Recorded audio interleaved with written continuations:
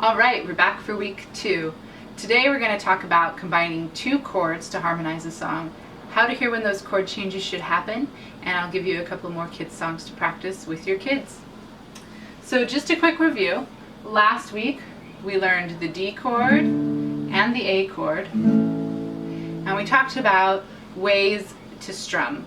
One way was using just your thumb for a soft, light downstroke. Another way was to use the nail on your index finger and to combine that with upstrokes for some variation in your strumming pattern. We also used the songs Roll Over and Where is Thumpkin to practice harmonizing one chord songs. So today we're going to start with The Old Lady Who Swallowed a Fly. This may sound familiar to you. There was an old lady who swallowed a fly. I don't know why she swallowed the fly. Perhaps she'll die. So the question we need to answer is, how do you know when to change chords? All of the songs we'll work on today use only 2 chords, and it'll just be the D chord and the A chord, but how do you know when to use which? So a good rule is that when you're playing in the key of D, the last chord will almost always be D, and the first chord will almost always be D as well. So perhaps she'll die, there was. We can feel pretty secure knowing that we're going to start and end with D in this song.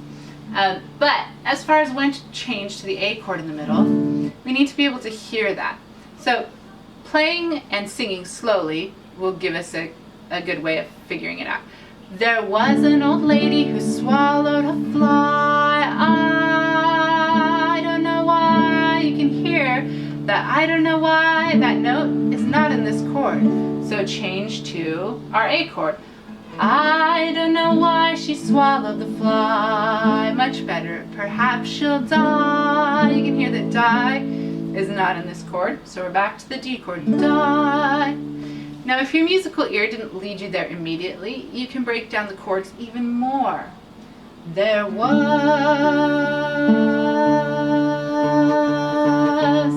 You can try to find the note in the chord that matches the one you're singing. There was. So we know we're on the right chord because this is that note. There was an old lady who swallowed a fly.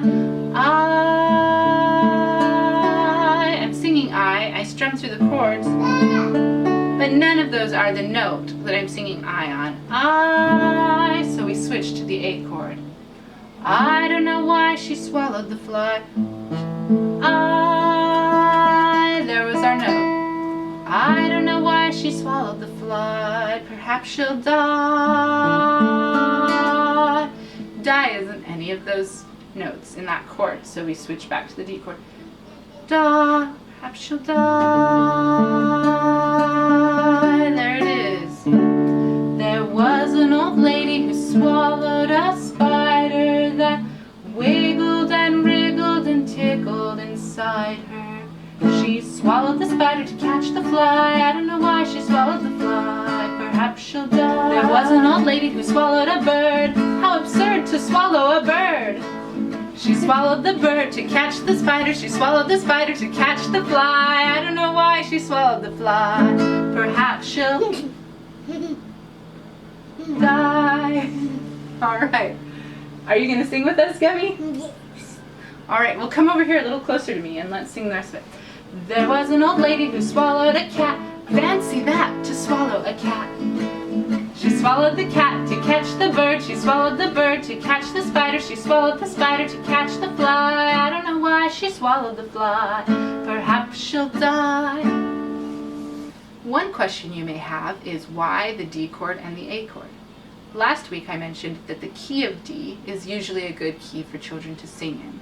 So we use the D chord as the home chord in the key of D.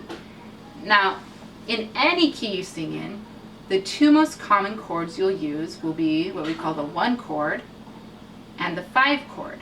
When we talk about the 1 chord, that's the home chord, or the chord based on the first note in the scale of the key we're singing in.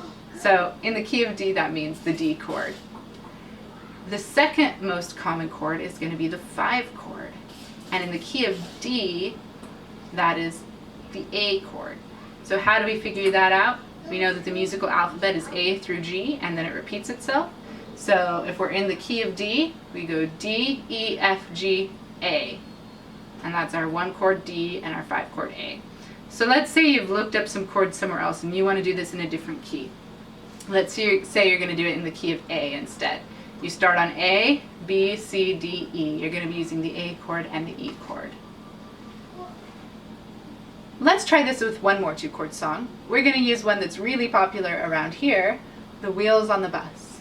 The wheels on the bus go round and round, round and round, round and round. The wheels on the bus go round and round, all through the town. The wipers on the bus go swish, swish, swish, swish, swish, swish, swish, swish, swish. The wipers on the bus go swish, swish, swish, all through the town.